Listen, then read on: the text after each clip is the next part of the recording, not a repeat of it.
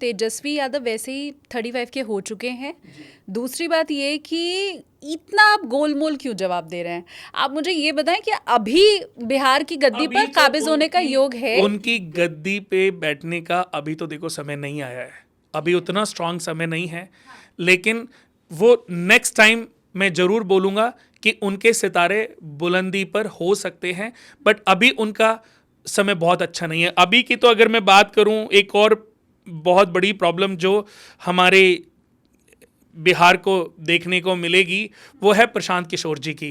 प्रशांत किशोर जी की कुंडली बहुत स्ट्रांग है, उनका वृश्चिक लगन चार्ट है, और राजनीति में अभी जितने बड़े चेंजेस होने वाले हैं, कहीं ना कहीं लालू जी की पार्टी हो या और भी दूसरी जो पार्टियां हों, उनके लिए बहुत बड़ी मुसीबत बन सकते हैं प्रशांत किशोर जी।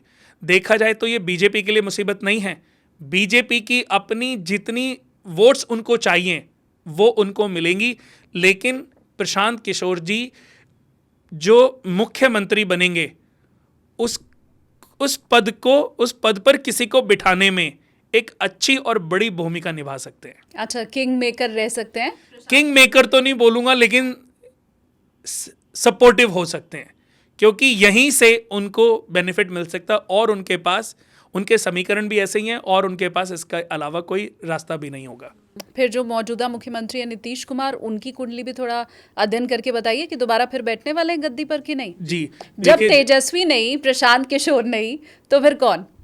देखिए, इस बार जो मुख्यमंत्री होंगे, नीतीश कुमार जी का भी जो मैं देख रहा हूं कि इस बार उनके भी स्टार जो है बहुत फेवरेबल नहीं है।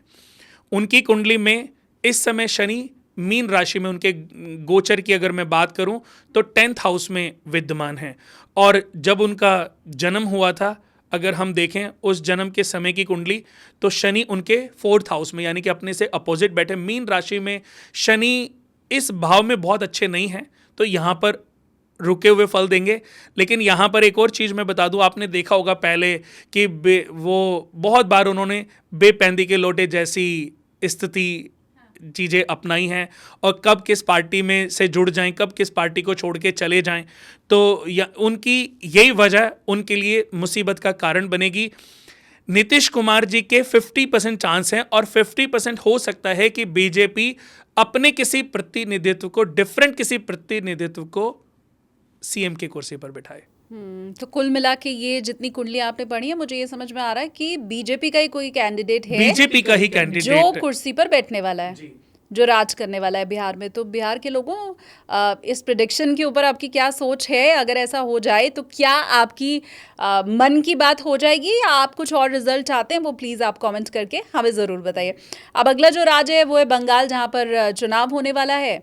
ममता दीदी पिछली बार भी बड़ी दमदार थी, और लग तो नहीं रहा है कि बीजेपी फुल मेजॉरिटी में आएगी, है क्या ऐसा?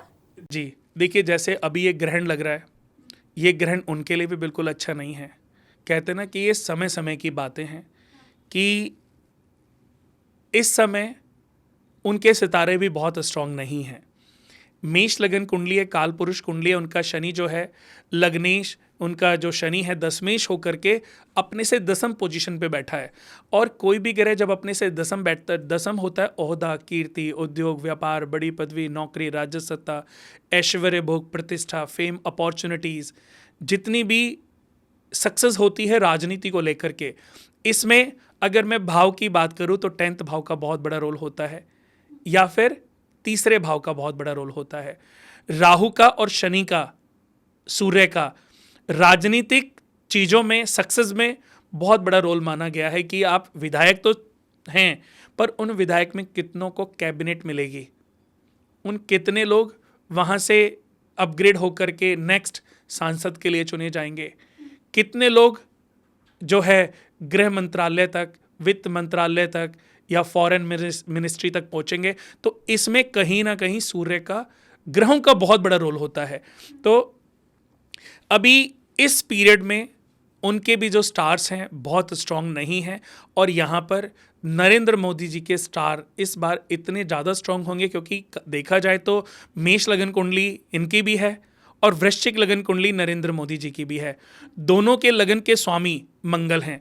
उनकी कुंडली में मंगल लगन में रोचक महापुरुष योग बना करके बैठे हैं, और इनकी कुंडली में जो लग्नेश हैं अपने से एकादेश 11वें घर में बैठे हैं, तो पोजीशन तो इनकी भी अच्छी थी, कुंडली तो इनकी बहुत स्ट्रांग है। तो इस वजह से देखिए इतनी बार ये मुख्यमंत्री और इन्होंने पद भी पा लिया। लेकिन इस बार क्योंकि गोचर में शनि की जो स्थिति है वो बहुत अच्छी नहीं है, तो कहीं ना कहीं उसका खामियाजा इनको, गोचर के शनि का खामियाजा इनको भुगतना पड़ेगा। और शायद या तो बहुत ही मिनिमाइज लास्ट चीज़ों से, लास्ट पोजीशन से वो शायद अपनी पोजीशन बचा लें, नहीं तो मेरे को लगता है कि इस बार वहाँ पर भी अगर बीजेपी ने थोड़ी सी भी मेहनत कर ली, थोड़ी सी भी अगर चालें समझ ली, तो बीजेपी की सरकार बनना संभव है। बिहार में भी बीजेपी, बंगाल में भी बीजेपी, बहुत जगह देखो, मैं ये नहीं कह रहा हूँ कि दुनिया में हर जगह कांग्रेस या दूसरी पार्टियों को आने के लिए अपने सुपीरियर या स्ट्रॉन्ग हॉरोस्कोप वाले कैंडिडेट को उनके अगेंस्ट लाना पड़ेगा, नहीं तो सभी के लिए मुसीबत है। वो भी देख ही लेते हैं ना फिर राहुल गांधी और प्रियंका गांधी की भी, अगर आप कुंडली देख के राहुल गांधी जी देखिए, जैसे मैंने देखा सोनिया, मैंने पहले भी अभी अपने एक पॉडकास्ट में, क्योंकि चर्चा हुई थी सारी राजनीति से रिलेटेड, तो मुझे इसलिए याद है कि राहुल गांधी जी, सोनिया गांधी जी और प्रियंका गांधी जी, इन सभी की कुंडलियां देखी थी।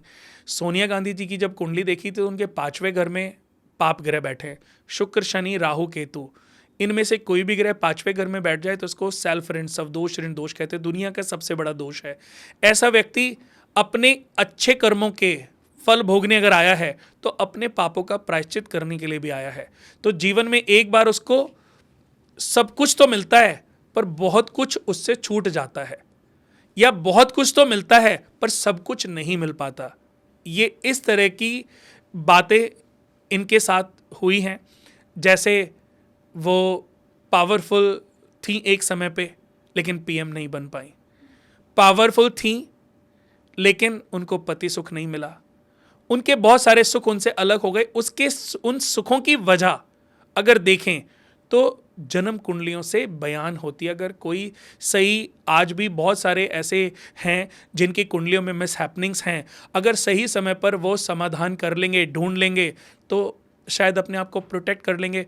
वरना क्या ऐसा नहीं है ना कि कोई राजनेता है तो बीमार नहीं हो सकता, उसकी मृत्यु नहीं हो सकती, उसके जीवन में प्रॉब्लम नहीं आ सकती, बट स्टार्स हमें सपोर्ट करते हैं। जैसे हम जो ज्योतिष की बातें कर रहे हैं, ये केवल एक कोशिश है। ज्योतिष क्या है? एक कोशिश मात्र है जो हमें आने वाले समय के बारे में बताता है, या ये कैलकुलेशन कोशिश ही तो है, बट ये डिसाइडेड नहीं है। अब मेरा समय अच्छा चल रहा है, मेरी चीज़ें कई बार मैं वही बताऊंगा जो होने वाली हैं, तो ये बहुत चीज़ें आपके अपने कर्मों पर भी निर्भर करती हैं। तो ये कर्म सिद्धांत हर किसी के ऊपर लागू है, चाहे वो पीएम है, चाहे वो सीएम है, चाहे वो व्यक्ति विशेष है, चाहे वो एक आम इंसान है, चाहे वो सड़क के किनारे ठेली पर कोई कुछ सामान बेच रहा है, या कोई मॉल के अंदर बहुत बड़ा शोरूम लेके बैठा है, सब पे ये एप्लीकेबल होती हैं बातें। तो अभी जो उनके स्टार्स हैं, वो जब तक सोनिया गांधी जी अपने उसका जो उनका सवदोष ऋण दोष लगा है, जब तक वो उसका सॉल्यूशन नहीं करेंगी, सही से नहीं ढूंढेंगी, तब तक उनके बच्चों को वो पदवी प्राप्त नहीं हो सकती। और ये देखिए कि इंदिरा गांधी जी के समय की भी अगर मैं बात करूं तो राजीव गांधी पीएम तो बने, भले कुछ समय के लिए बने, पर इंदिरा गांधी जी के बाद ही बने। तो ऐसे ही आज उनके जो स्टार्स हैं, जब तक वो उनकी कुंडली के फिफ्थ हाउस असेंडेंट और डिसेंडेंट दोनों को बताता है, दोनों के रिश्तों को बयान करता है, दोनों के रिश्तों संबंधों को के बारे में बताता है कि व्यक्ति का अपनी संतान से और संतान का अपने पिता से जो संबंध है वो फिफ्थ हाउस से देखा जाता है। फिफ्थ हाउस हमारे पुण्य फल का भी है। तो कहते हैं ना, कभी कभी बीज बबूल का बोए तो आम कहाँ से खाए। तो हमें ये भी समझना चाहिए कि अगर कोई सुख हमारे जीवन में होना चाहिए था बट मिला नहीं, पहले क्यों नहीं मिला? इंदिरा गांधी जी की अगर गोली से मृत्यु हुई तो उस समय के एस्ट्रोलॉजर्स ने उनको क्यों नहीं बताया? हालांकि मैं भविष्य की, मैं यूनिवर्सल प्रेडिक्शन कम करता हूं, क्योंकि मैं चाहता हूं कि अभी मैं जिनके लिए काम कर रहा हूं पहले उनके लेवल पे मैं उनको अपग्रेड करके ले जाऊं। और ये भी भगवान ने लिखा हुआ है कब किसको किसके बारे में समझाना है, बट उस समय बहुत बड़े बड़े एस्ट्रोलॉजर थे उनको समझाने वाले। आज कोई बताता है कि मैंने उसकी कुंडली देखी, मैंने उसकी देखी, तो मेरे पिताजी इंदिरा गांधी जी के एस्ट्रोलॉजर थे, तो मैंने कहा फिर उनको बताया नहीं कि ये एक गोली से उनकी मृत्यु होगी। इसका मतलब तो फिर एस्ट्रोलॉजी में वीक थे ना आपके दादाजी, फिर उनका नाम आप क्यों ले रहे हो, या आप अपने पिताजी का नाम क्यों ले रहे हो? उन चीज़ों पे बात करो। तो ऐसे ही अगर आज कोई आपको अच्छा गाइड करने वाला मिल जाए और आपको उसकी गाइडेंस से चीज़ें ठीक हो सके तो वो बहुत बेटर है। तो ऐसे ही सोनिया गांधी जी को सही गाइड करने वाला, सही बताऊं, अभी तक कोई मिला नहीं। अगर कोई मिलता, इनको कोई अच्छा एस्ट्रोलॉजर मिल जाता, तो शायद जितनी जगह पर इनकी सरकारें बनी वहाँ ब्रेक ना होती और अच्छी अपोजिशन पार्टी के रूप में कांग्रेस बनी रहती। लेकिन अभी वो स्ट्रांग अपोजिशन भी नहीं है। मैं इसमें एक चीज़ समझना चाहूँगी कि आपने कहा जितनी जगह कांग्रेस की सरकारें गईं, वो अगर सोनिया गांधी को एक अच्छा एस्ट्रोलॉजर मिलता है, उन्होंने रेमेडी की होती, तो शायद वो नहीं होता। मैं समझना इसमें ये चाहती हूँ कि बीते कई सालों से पहले तो सोनिया गांधी अध्यक्ष है नहीं कांग्रेस की, तो क्यों उनकी कुंडली का इतना प्रभाव है, ये पहली चीज़। दूसरी बात ये कि जब अलग अलग राज्यों में कांग्रेस की सरकार जा रही है या केंद्र में वो नहीं आ पा रही है, तो क्या इसमें कांग्रेस की कुंडली भी कहीं देखी जाती है या सिर्फ अध्यक्ष की कुंडली का महत्व है? उसी की कुंडली देखी जाएगी जो आपकी पार्टी का राजा है। आज अगर मैं बीजेपी की बात करूं, तो आपसे या किसी से भी अगर मैं बात करूं कि बीजेपी ने आज इतनी पहचान क्यों बनाई, बीजेपी तो पहले भी थी बट आज ही पहचान क्यों बनाई, तो हर व्यक्ति यही बोलेगा कि नरेंद्र मोदी जी की वजह से। तो यानी कि इस समय जो बीजेपी के राजा हैं वो बहुत स्ट्रांग पोजीशन लेके बैठे हैं, स्ट्रांग कुंडली लेके बैठे हैं। अब बात कांग्रेस की आती है कि उनके जो अध्यक्ष हैं आज कांग्रेस के, वो मेरे ख्याल से वो हैं जो साउथ के हैं, मल्लिकार्जुन खड़गे। लेकिन आपने देखा होगा कि वो अपने आप कोई निर्णय नहीं ले पाते। अगर वो अध्यक्ष पद पे तो बैठ गए लेकिन फिर भी उनके निर्णय स्ट्रांगली नहीं बन पाते, वो नहीं ले पाते। यही एक वजह है कि कांग्रेस अभी प्रबल नहीं हो पा रही है। और मैं फिर से बता दूं कि जो भी कांग्रेस का टॉप लीडर होगा उसके लिए भी एक स्ट्रांग कुंडली वाला व्यक्ति ही चाहिए अगर उन्होंने बीजेपी से आगे कहीं ना कहीं पहुंचना है। इस लोकसभा चुनाव के पहले वाले लोकसभा चुनाव में कांग्रेस के अध्यक्ष थे राहुल गांधी। उस समय क्या आप राहुल गांधी की कुंडली देख रहे थे या तब भी आप सोनिया गांधी की कुंडली पर विचार कर रहे थे? तब दोनों की कुंडली देख रहा था मैंने तब भी मैं जानता था, मैंने कई अपने उसमें बोला था कि जो बीजेपी की जो सरकार बनेगी वो इतने सांसदों के साथ बनेगी, एक आइडियल। ऐसा नहीं है कि मैं कुछ भी बोल रहा हूँ, तो एक आइडिया के तौर पे मैंने बताया था। और मैं ये भी नहीं कह रहा हूँ कि मैंने जो बोला वो कई बार हमारे मन में उत्पन्न विचारों से भी हमें पता चलता है कि आज हम कोई चीज़ सोच रहे हैं, किसी चीज़ के बारे में समझ रहे हैं और हमने कोई चीज़ किसी को बोली, वो हो गई। तो ऐसा कभी कभी लॉ ऑफ अट्रैक्शन की वजह से भी होता है। या देखो कई बार ऐसा होता है कि मैं जब समय देखता हूँ 22:22, 11:11, ऐसे सुपर पावर नंबर सामने आते रहते हैं। तो मैंने देखा है इसका मतलब होता है कि सुपर पावर नंबर जब आपको नज़र आ रहे हैं तो कुछ एंजल्स आपके सराउंडिंग हैं, यानी कि आपकी बातें ईश्वर तक या ईश्वर की चीज़ें आप तक वो पहुँचाने का काम करते हैं। तो मैं इन चीज़ों में थोड़ा बिलीव करता हूँ। तो कांग्रेस में उस समय राहुल गांधी जी की कुंडली भी महत्वपूर्ण थी और सोनिया गांधी जी की भी कुंडली महत्वपूर्ण थी। राहुल गांधी पहले कुछ निर्णय अपने दम पर ले तो पाते थे, लेकिन आगे जाकर के जब उनको ब्रेक मिलता था, जब उनको रोक दिया जाता था, तो धीरे धीरे वो भी कहीं ना कहीं अंदरूनी टूट गए और धीरे धीरे इसीलिए कांग्रेस अध्यक्ष पद से आउट भी हो गए। हाँ, अब अगर हम वापस बैक टू द पॉइंट आए, ये भूत की बात है। अगर हम वर्तमान और भविष्य पर चर्चा करें, क्योंकि आपने तीनों की कुंडली देखी है, आपने बताया आपने सोनिया गांधी, राहुल गांधी, प्रियंका गांधी, तीनों की देखी है। अब अगर मैं राहुल और प्रियंका गांधी का कंपैरिजन आपसे पूछूं कुंडलियों का, तो दोनों में से किसकी कुंडली आपको ज़्यादा स्ट्रांग लगती है और क्या स्ट्रांग होने के नाते फिर भविष्य में प्रधानमंत्री की कुर्सी तक आप उन दोनों में से किसी को पहुँचता हुआ देख पा रहे हैं क्या? देखो, अगर मैं स्ट्रॉन्ग की बात करूं तो कहीं ना कहीं प्रियंका गांधी जी की कुंडली काफ़ी स्ट्रॉन्ग है। उनकी कुंडली में मरकरी, जुपिटर और सूर्य का कॉम्बिनेशन एक साथ बना हुआ है। ये उनके केंद्र में बना हुआ है, ये बहुत अच्छा है। इनकी कुंडली में भी हंस महापुरुष योग बना हुआ है। फिर मंगल उनके 12वें घर में बैठे हैं।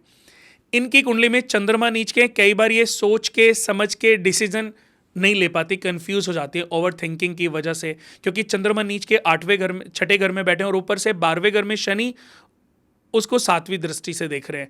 तो उनको थोड़ा सा मेडिटेट करने की नीड है। बाकी केतु इनका 2nd हाउस में बैठा हुआ है। वाणी का घर होता है, वाणी, नेत्र, मित्र, कुटुंब, प्रभावशाली वाणी, स्ट्रांग वाणी भी कई बार कर देता है। तो अगर ये आने वाले समय में मैं बता दूं कि अगर दोनों से कंपेयर करूं तो प्रियंका गांधी कहीं ना कहीं अपने आप को ज़्यादा निखार पाएंगी और ज़्यादा स्ट्रांग बना पाएंगी। बट इनको पहले अभी एक राज्य को ही पकड़ना चाहिए। जैसे अभी मैंने देखा है कि ये इन्होंने यूपी को ही स्ट्रांगली पकड़ा हुआ है, यूपी पर ही वो ज़्यादा फोकस कर रही हैं। पिछले चुनावों तो का कैसा था? अब तो वो सक्रिय राजनीति में आ चुकी हैं। देखिए, आ चुकी हैं, लेकिन फिर भी जिस भी व्यक्ति का चंद्रमा, जैसे मोदी जी का भी, अब मोदी जी के भी निर्णय और प्रियंका जी के निर्णय, दोनों निर्णयों में कहीं ना कहीं एक में प्रभाव, एक में वीकनेस आपको नजर आएगी। तो उन्होंने इस पर विजय पाई। मैं यहाँ पर ज्योतिष या उपाय की बात नहीं कर रहा हूँ, पर कई बार मेडिटेट करके आप चंद्रमा पर विजय पा सकते हो। यानी कि आपको और स्ट्रांग होना पड़ेगा और ज़्यादा अपने आप को निखारना पड़ेगा। तो आने वाले समय में प्रियंका गांधी काफ़ी बड़ी स्ट्रांग पोजीशन बना पाएंगी। कुछ एक चीज़ें मैं अपने व्यूवर्स के लिए वापस आपके की पॉइंट रिपीट कर दूं। पहला तो कुणाल जी ये कह रहे हैं कि प्रधानमंत्री नरेंद्र मोदी की कुंडली बहुत स्ट्रांग है, ये कार्यकाल वो पूरा करेंगे, क्योंकि बहुत से ज्योतिषी कुणाल जी ये कह रहे हैं कि ये वाला कार्यकाल मोदी जी पूरा नहीं कर पाएंगे। तो आपका प्रिडिक्शन ऐसा बिल्कुल नहीं है, बल्कि मोदी जी की कुंडली को वो बहुत स्ट्रांग बता रहे हैं। दूसरा, सोनिया गांधी और राहुल गांधी के लिए आपने ये कहा कुणाल जी कि प्रियंका गांधी और राहुल गांधी के लिए आपने ये कहा कि सोनिया गांधी की कुंडली के चलते उनके दोनों बच्चे प्रधानमंत्री की कुर्सी तक नहीं पहुंच पा रहे हैं। तो सोनिया गांधी की कुंडली में देख के और रेमेडी करना बहुत ज़रूरी है। अब अगर मैं क्योंकि भारत पाकिस्तान युद्ध के भी बादल अभी भी मंडरा रहे हैं कुणाल जी, और हम ये भी देख रहे हैं कि अमेरिका और भारत के जो रिश्ते हैं वो थोड़े तल्ख हो चुके हैं ट्रंप की वजह से। इन दोनों ही देशों के साथ भारत के रिश्ते क्या आगे भी तनावपूर्ण रहेंगे? क्या अमेरिका से भारत की दोस्ती टूटने वाली है? और क्या पाकिस्तान के साथ युद्ध होगा आगे? ये थोड़ा बताइए। देखिए, जैसे डोनाल्ड ट्रंप की मैं बात करूं तो कुंडली तो उनकी नो डाउट बहुत स्ट्रांग कुंडली है।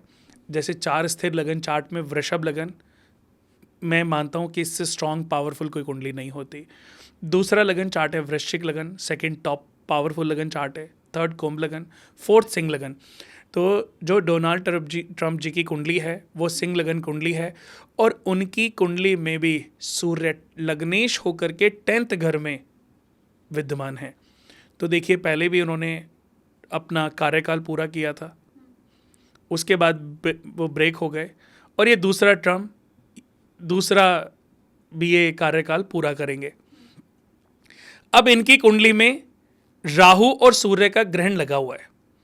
पिछले 2-4-6 महीने से अगर देखें तो आपने देखा होगा कि मंगल और केतु का कॉम्बिनेशन 5th हाउस में बना हुआ था। 5th हाउस यानी 5th नंबर में, यानी कि सिंह राशि में। अब मंगल सिंह राशि से निकल के कन्या राशि में 28 जुलाई की शाम को करीबन 7 समथिंग मिनट पर ट्रांजिट हो गए हैं, लेकिन केतु अभी भी विद्यमान है उनके लगन में ही। तो ट्रंप जी की कुंडली में लगन में जो केतु है, ये इनको कुछ ना कुछ इस तरीके से निर्णय लेने पर मजबूर कर देता है, जिसका खामियाजा इनको आने वाले समय में भी भुगतना पड़ेगा। कि अब निर्णय तो ले लेते हैं, बोल तो देते हैं, अब उसको संभाल नहीं पाते। वो गलत सही, वो बहुत जल्दबाजी में आकर के ये निर्णय ले लेते हैं, जिसकी वजह से ये कई बार अपनों से भी, सराउंडिंग जो इनके मित्र कंट्री हैं, उनसे भी इनके कहीं ना कहीं रिश्तों को खराब कर सकते हैं। ये आने वाले समय में, क्योंकि सूर्य का घर है, सूर्य यश का भी मालिक होता है, लग्नेश होकर के अपने से 10th बैठे हैं, बहुत पावरफुल। अगर बिजनेस के पॉइंट ऑफ व्यू से देखूं तो इनका स्टेटस, ओहदा बहुत बढ़ने वाला है, बिजनेस अपॉर्चुनिटीज़ बहुत बढ़ती जाएंगी, बहुत मौके मिलेंगे, लेकिन अब जाते जाते अगले जो 17-18 महीने जब तक केतु आप इनके लगन में रहेगा, इनसे ऐसे ऐसे निर्णय करा के इनकी छवि को इतना दूभर कर देगा कि लोग इनको, वैसे तो इनका कार्यकाल अब समाप्त हो जाएगा, दोबारा इनके आने के चांसेस बिल्कुल भी नहीं है, लेकिन फिर भी मैं आपको बता दूं कि लोग इनको बर्दाश्त करना भी, लोगों के लिए बर्दाश्त करना भी मुश्किल हो जाएगा, लोग इनको पसंद ही नहीं करेंगे। अब उनको भी पता है कि नेक्स्ट तो आना ही नहीं है, लेकिन अपने निर्णयों की वजह से पूरे यूएस के लिए बहुत बड़ी मुसीबत भी ये बन सकते हैं। ठीक है, भारत पाकिस्तान युद्ध, भारत पाकिस्तान की मैं बात करूं तो ये सिर्फ बातें हो रही हैं।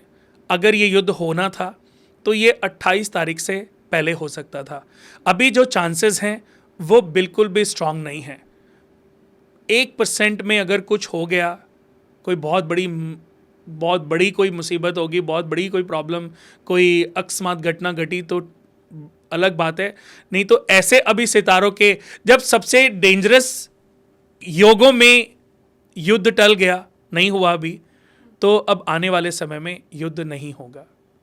और भारत बहुत स्ट्रांग कुंडली चार्ट लेके बैठा है, वृषभ लगन, और वृषभ लगन कुंडली जैसा मैंने बताया दुनिया की पावरफुल, कृष्ण भगवान जब धरती पर जन्मे थे द्वापर युग में, तो वो भी वृषभ लगन में ही जन्मे थे। तो ये स्ट्रांग कुंडली तो है ही सारी कलाओं के साथ, तो अभी भारत भी सभी कलाओं के साथ ऐसा ही है। मैं ये भी आपको बता दूं कि अब ये ना प्रेडिक्शन ऐसी है कि इसका महत्व तो शायद नहीं होगा क्योंकि ये लंबी है, बट 100 साल, 50-100 साल, 200 साल बीतेंगे। आपको मैं बता दूं कि जितनी भी ये बड़ी कंट्रीज़ हैं ना, यूएस, यूके, भारत तो है ही, यूरोप, ये सब भारत के अधिकार में होंगे। शायद आज आपको समझ नहीं आएगी, लेकिन जो ये बातें रिकॉर्ड हो गई, ये बातें लोगों ने सुनी, और उस समय पर लोग इस बात को याद करेंगे कि ये एक समय की बात है। 2025 में शालिनी जी के पॉडकास्ट में एक कुणाल जी एस्ट्रोलॉजर थे, उन्होंने ये बात की थी। आज धीरे धीरे कहीं ना कहीं देखिए कनाडा में कितने इंडियंस पहुंच गए हैं, ऑस्ट्रेलिया में कितने इंडियंस हैं, दुबई में कितने इंडियंस हैं, यूएस में भी जितने भी इंडियंस हैं ना, वो पागल नहीं है, वो धीरे धीरे अपने आप को प्रबल करते जा रहे हैं, धीरे धीरे ज़मीनें, पैसे में, पोटेंशियल में अपने आप को बढ़ाते जा रहे हैं। चाइना भी कम नहीं है, लेकिन फिर भी मैं बता दूं कि जो भारत की अपनी ओरा है वो इतनी स्ट्रांग है कि एक समय आएगा कि इस पूरी पृथ्वी को अपने अधिकार में लेगा। हालांकि भारतीय होने के नाते मुझे लगता नहीं है कि कोई भी ऐसा होगा जो ये ना चाहे। दिल में तो सभी की यही इच्छा होगी ज़रूर। अब मुझे लगता है हमने विश्व की भी आप बात देखो कर ली। कृष्ण भगवान जी थे, हाँ, कृष्ण भगवान जी इस कुरुक्षेत्र का पार्ट नहीं थे, पर उनको पता था कि ये कुरुक्षेत्र, ये महाभारत होना है और इसमें क्या क्या, किस किस को कैसे सजा देनी है, तो वो अपने आप इस पार्ट का, इस महाभारत का भाग बनने के लिए स्वयं आ गए, क्योंकि वो जानते थे कि इसका सही निर्णय निकालने के लिए, सही निर्णय लाने के लिए तो मुझे इन्वॉल्व होना ही पड़ेगा। और वो हुए, और उन्होंने कोई श्रेय भी नहीं लिया। ऐसा नहीं है कि उन्होंने कहा भाई मैं कोई शस्त्र नहीं चलाऊंगा, कोई, अब ठीक है सब जानते हैं कि सब कुछ हुआ उन्हीं की मर्जी से है। बाद में जब पांडवों को ये अभिमान हो गया कि भाई मेरी गदा ने सबको मारा है, अर्जुन ने कहा मेरे गांडीव ने सबको मारा है, तब कृष्ण जी सबको बर्बरीक, जो भीम के पौत्र थे, उनके पास ले गए, जो कि एक शिला पर या एक पेड़ के ऊपर या एक पहाड़ के ऊपर उनका सर रखा गया था, तो जिनको आज हम खाटू श्याम बाबा के नाम से जानते हैं। तो उनसे पूछा गया तो कि आपने युद्ध में सब किसकी वजह से ये युद्ध विजयी हुआ, किसको देखा आपने? तो सबने कहा कि मेरी गदा ने सबसे ज़्यादा लोगों को मारा है, मेरे तीरों ने सबसे ज़्यादा मारा है। तो तब बर्बरीक जी ने बोला कि मुझे तो सुदर्शन के अलावा कुछ नज़र ही नहीं आया। जिस भी व्यक्ति के ऊपर सुदर्शन जाता था वो खत्म हो जाता था, मुझे तो सुदर्शन के अलावा और वासुदेव के अलावा कुछ नज़र ही नहीं आया। और मैं ये कहना चाहता हूँ, आप लोगों ने वो क्यों नहीं देखा जो मैंने यहाँ बैठ के सब देखा? फिर इसका अभिमान क्यों? तो सबका अभिमान टूटा। तो ये सारी जीत किसकी थी? कृष्ण भगवान की। तो ये जो धरती पर जीत होगी उसी कुंडली से लिखी जाएगी जिस कुंडली में कृष्ण भगवान का जन्म हुआ। आज देखो हमारे देश के जो पहले राष्ट्रपति थे, उन्होंने उज्जैन के एक पुरोहित को बुलाया था, एस्ट्रोलॉजर को, क्या नाम था उनका? राजेंद्र प्रसाद जी। राजेंद्र प्रसाद जी तो राष्ट्रपति थे, उन्होंने बुलाया था सूर्य नारायण व्यास करके कोई एस्ट्रोलॉजर थे, जिनको बुलाया कि हमें जो किस समय हमें आजादी लेनी चाहिए, हाँ। पेपर पे साइन करने हैं, हमें अपने देश की कुंडली स्ट्रांग बनानी है। तो उन एस्ट्रोलॉजर ने रात को 12 बजे का, आप देखोगे कि जब हमारे देश के संविधान के पेपर पे साइन हुए तो रात के 12 बजे हुए थे, और उस समय वृषभ लगन कुंडली बनी थी। यानी कि वो भी जानते थे और आज मैं भी जानता हूँ। ऐसा नहीं कि मैं ये आज बोल रहा हूँ, मैं करीबन 2007-8 से कितने सारे, तब 7-8 से तो समझ लीजिए 15-16 तक 15 से 20 शोज़ मेरे एवरीडे आते थे। जब भी मैं किसी की कुंडली देखता था और वृषभ लगन कुंडली खुल जाए तो मैं ये बोलता था कि इज़ माई फेवरेट हॉरोस्कोप, और ये कृष्ण भगवान का लगन चार्ट है, इससे स्ट्रॉन्ग कोई लगन चार्ट नहीं होता। इस लगन चार्ट के लोगों को मैंने जीवन में सबसे तेज़ी से सबसे बड़ा बनते देखा है। जैसे काउंटी ग्रुप है नोएडा में, उसके जो मालिक है उनका वृषभ लगन है। एक मनोज गौड़ जी हैं, गौड़ ग्रुप के मालिक, उनका वृषभ लगन है। एक्सोटिका ग्रुप के मालिक दिनेश जैन जी। अगर मैं ऐसे ही इंडिया की, दिल्ली की बात करूं, इंडिया की बात करूं, भारत की बात करूं, फिर पूरे वर्ल्ड की भी बात करूं, तो जितने भी लोगों ने इतिहास रचा है, जीरो से जो टॉप पे पहुंचे हैं ना, 50% से ज़्यादा लोग वो वृषभ लगन वाले ही मिलेंगे। तो हमारे देश का लगन है वृषभ लगन।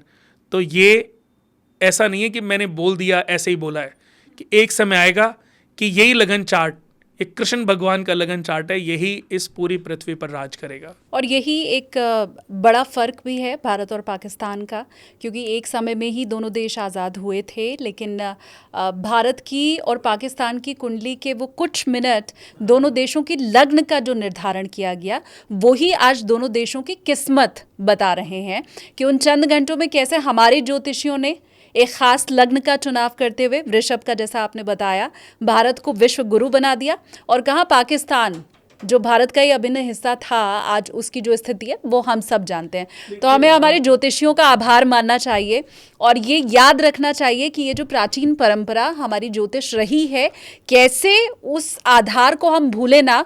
चाहे भले हम 21वीं सदी में आ गए हैं, 2025 चल रहा है, लेकिन वो जो नींव हमारी है वही स्ट्रांग थी, और यही वजह है कि आज भारत भारत है और पाकिस्तान पाकिस्तान है।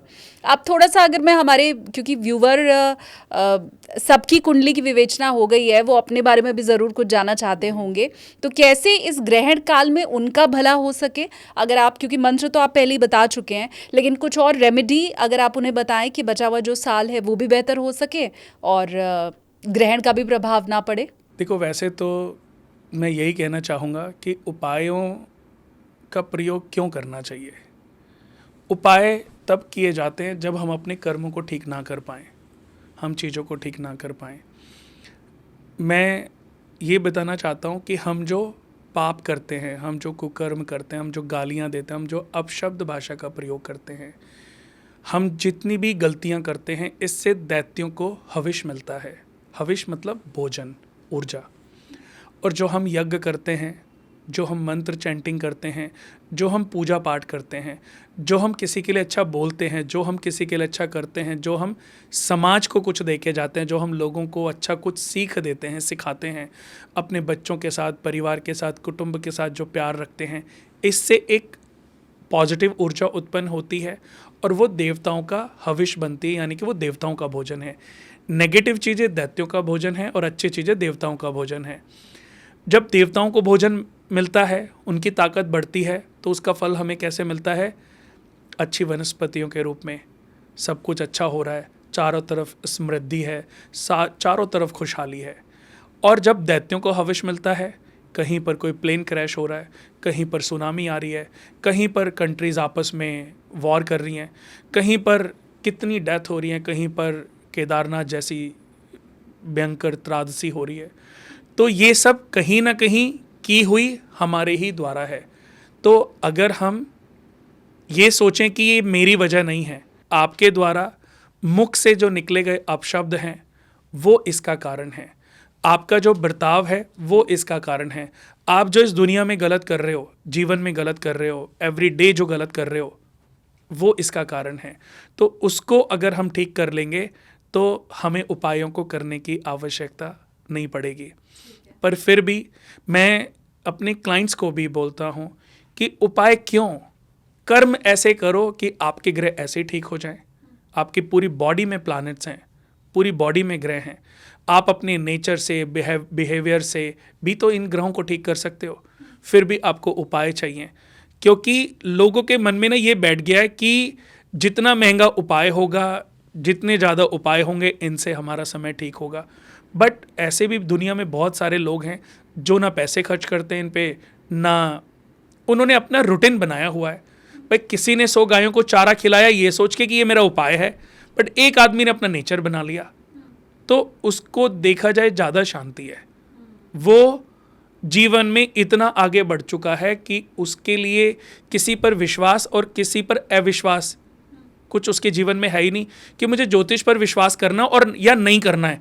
उसके जीवन में ये दोनों बातें नहीं है, क्योंकि सब चीज़ें हैं बट मेरे कर्मों से ही मेरा समय इतना अच्छा चल रहा है, भाई ना कोई प्रॉब्लम है तो फिर मैं उपाय क्यों करूं। बट क्योंकि जो ग्रहण लग रहा है तो ये समय है कि हम सूर्य देवता को और चंद्र देवता को उनको हविष दें। अब हविष कैसे देंगे? सिर्फ एक मंत्र चैंटिंग के रूप में, और कोई तरीका नहीं है। तो उस समय सूर्य देव का रुद्राक्ष की माला से, चंद्र देवता का स्फटिक की माला से किया गया मंत्र उनकी पावर को कई गुना और ज़्यादा बढ़ाएगा। यानी कि उस समय जो उनके ऊपर जो कष्ट चल रहा है उसको झेलने की ताकत उनको और ज़्यादा मिलेगी। तो मैं यही कहना चाहूँगा, जितने भी हमारे इस पॉडकास्ट को लोग देख रहे हैं, या जितना हो सके इसको शेयर करें, कि जितना भी लोग ग्रहण के समय पे परेशान होते हैं उनको परेशान होने की ज़रूरत नहीं है। सिर्फ कहते हैं कि अगर कोई बीमार है, कोई परेशान है, तो उसको सपोर्ट करो, उसको बूस्ट करो, बोझ मत बनो उसके ऊपर, वहाँ जाके शोर मत मचाओ। कई बार हॉस्पिटल में लोग, अरे मैंने इसको बहुत समझाया था, ये लड़ने लग जाते हैं कि अरे अभी इसको समझा तो पूरी ज़िंदगी लेना, अभी इसको बूस्टअप करो, बेटा तो ठीक हो जाएगा, कोई बात नहीं भाई, अभी तू बहुत जल्दी ठीक हो जाएगा और हम तेरे साथ खड़े हैं। कोई पैसे की कमी है, कोई भी प्रॉब्लम है, हम तेरे साथ खड़े हैं। भले ही उसको आपके पैसे की नीड नहीं, लेकिन फिर भी ये बोलना उसको ताकत देता है। तो ऐसे ही जब आप ओम ह्रांग ह्रींग ह्रौंग सह सूर्याय नमः इस मंत्र का जाप करते हो तो ये सूर्य नारायण भगवान को ताकत प्रदान करता है। जब आप ओम श्राम श्रीम श्रौम सह चंद्रमसे नमः इस मंत्र को चैंट करते हो, या ओम सोम सोमेश्वराय नमः इस मंत्र का चैंट करते हो, तो ये चंद्र देवता को पावर प्रदान करता है। तो जब भी ग्रहण पड़े तब आप इन मंत्रों की चैंट करो और आपको इसका बेनिफिट आपको भी मिलेगा, क्योंकि आपके शरीर में भी सूर्य आत्मा के रूप में है, हृदय के रूप में है, आपके शरीर में भी चंद्रमा मन के रूप में है। तो आपकी मन स्थिति वीक नहीं होगी। आपने देखा होगा ज्वार भाटा होता है पूर्णिमा और अमावस्या के दिन, पानी का जो स्तर है वो अपने स्तर से अप भी होता है और डाउन भी होता है। तो इसकी वजह वो चंद्रमा ही है, क्योंकि हमारी बॉडी में करीबन 2/3 जो पार्ट वो पानी है। ऐसे ही इस धरती पर भी 2/3 पार्ट जो है वो देखेंगे ना तो पानी ही है। तो चंद्रमा से ये पानी देखा जाता है, पानी चंद्रमा को रिप्रेजेंट करता है। तो मैं यही कहना चाहूँगा कि आप सिर्फ ये मंत्र चैंट करके इन ग्रहों की ऊर्जाओं को बढ़ा सकते हो, उनको हविष दोगे, उनको शक्ति दोगे, तो ये ग्रहण ऑटोमेटिकली वीक होएगा। और भविष्य में बुरे समय में समझ लीजिए, आप बुरे समय में किसी की हेल्प करिए, फिर देखिए वो कितना उसका रिटर्न बैक आपको देता है। तो जब आप कुछ अच्छा करते हो ना, तो इसका रिटर्न बैक जब आपके ऊपर चंद्रमा की दशा आएगी, महादशा आएगी, अंतरदशा आएगी, सूर्य की महादशा, अंतरदशा, प्रत्यंतर दशा, आपके जीवन में देखना ऑटोमेटिकली वृद्धि होनी शुरू हो जाएगी। ये सभी मैं माताओं बहनों को बोलूँगा कि जिन्होंने भी बच्चा कंसीव कर रखा हो, उनको रसोई में ना जाने दें। उनको उस समय सिर्फ रुद्राक्ष की माला या कोई भी, जैसे आज सुख सागर है या शिव पुराण है या श्रीमद् भागवत है या गीता है, कोई भी ऐसा एक अच्छा सा ग्रंथ, जो भी सारे ग्रंथ अच्छे हैं, कोई भी एक ग्रंथ दे दें, उस समय वो कुछ पेजेस पढ़ना शुरू कर दें, तो ये बहुत ही उत्तम माना गया है। और आपने सुना होगा कि कर्ण अपनी पत्नी को चक्रव्यूह में घुसना, उसको तोड़ना और बाहर निकलना सिखा रहे थे, और अभिमन्यु ने गर्भ में ही सब सीख लिया। तो इसका मतलब हमारे पुराणों में, हमारे जो शास्त्रों में जो ये त्रेता युग की बातें, द्वापर युग की बातें हैं, ये गलत नहीं हैं। आज हम जैसी बातें करते हैं वैसा ही बच्चा पैदा होने के बाद वैसे ही आचार विचार लेकर के पैदा होता है, वैसे ही चीज़ें करता है। तो इसका फ़ायदा कहीं ना कहीं आपकी आने वाली संतान के ऊपर भी पड़ेगा। बड़ी पॉजिटिव, बड़ी ऊर्जावान संतान उत्पन्न होगी और आपके परिवार का ध्यान रखेगी। अब अगर क्विकली आप मुझे ये बताएं कि ये जो ग्रहण पड़ने वाला है, ये किन राशियों के लिए अच्छा फल लेके आएगा और किन के लिए बुरा? जी, देखिए, सबसे पहले तो जिनकी भी सिंह राशि है और जिनकी भी कर्क राशि है, उन लोगों के लिए थोड़ा सावधानी ज़्यादा है। और क्योंकि इसका प्रभाव भारत के ऊपर नहीं है, क्योंकि दूसरे देशों के ऊपर इसका प्रभाव ज़्यादा है और हमारे देश के ऊपर इसका उतना प्रभाव नहीं है, लेकिन फिर भी कहीं ना कहीं कुछ अंशों में तो इसका प्रभाव पड़ता ही, क्योंकि नाम तो है ही ना कि ग्रहण पड़ रहा है।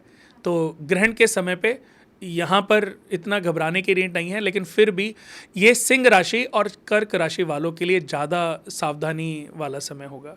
बाकी सबके लिए औसत बाकी है। को किसी को भी परेशान होने की नीड ही नहीं है। लेकिन क्या कोई ऐसी राशि भी है जिसके लिए बहुत फलदायी रहने वाला है ग्रहण?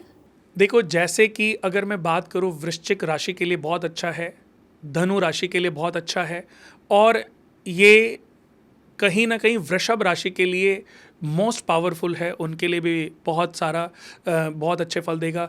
कन्या और मिथुन राशि वालों के लिए भी ये बहुत अच्छा है। लेकिन अगर मैं बहुत अच्छी बात करूं तो वृश्चिक, धनु और वृषभ राशि के लिए बहुत स्ट्रांग है। इन राशि वालों की किस्मत जो है बहुत आगे बढ़ने वाली है। तो मेरी तरफ से सभी को शुभकामनाएं। वो 2 राशियां भी जिनके लिए समय कुछ अच्छा नहीं है, आपको मंत्र मिल चुका है, आप उसकी चैंटिंग कर सकते हैं। और सबसे बड़ी बात जो कुणाल जी ने आपको बताई है कि अपना व्यवहार आप इतना अच्छा रखिए कि किसी रेमेडी की ज़रूरत ही ना पड़े। बहुत शुक्रिया कुणाल जी, आपने इतना समय दिया, और ख़ास करके इक्लिप्स और ये जो ग्रहण की तार्किक बातें जो मैंने शुरू में कहा था कि आप समझाएंगे और थोड़े से जो मिथ्स या सवाल हमारे मन में होते हैं वो दूर होंगे, वो हुआ भी। तो बहुत शुक्रिया आपका, धन्यवाद। नमस्कार।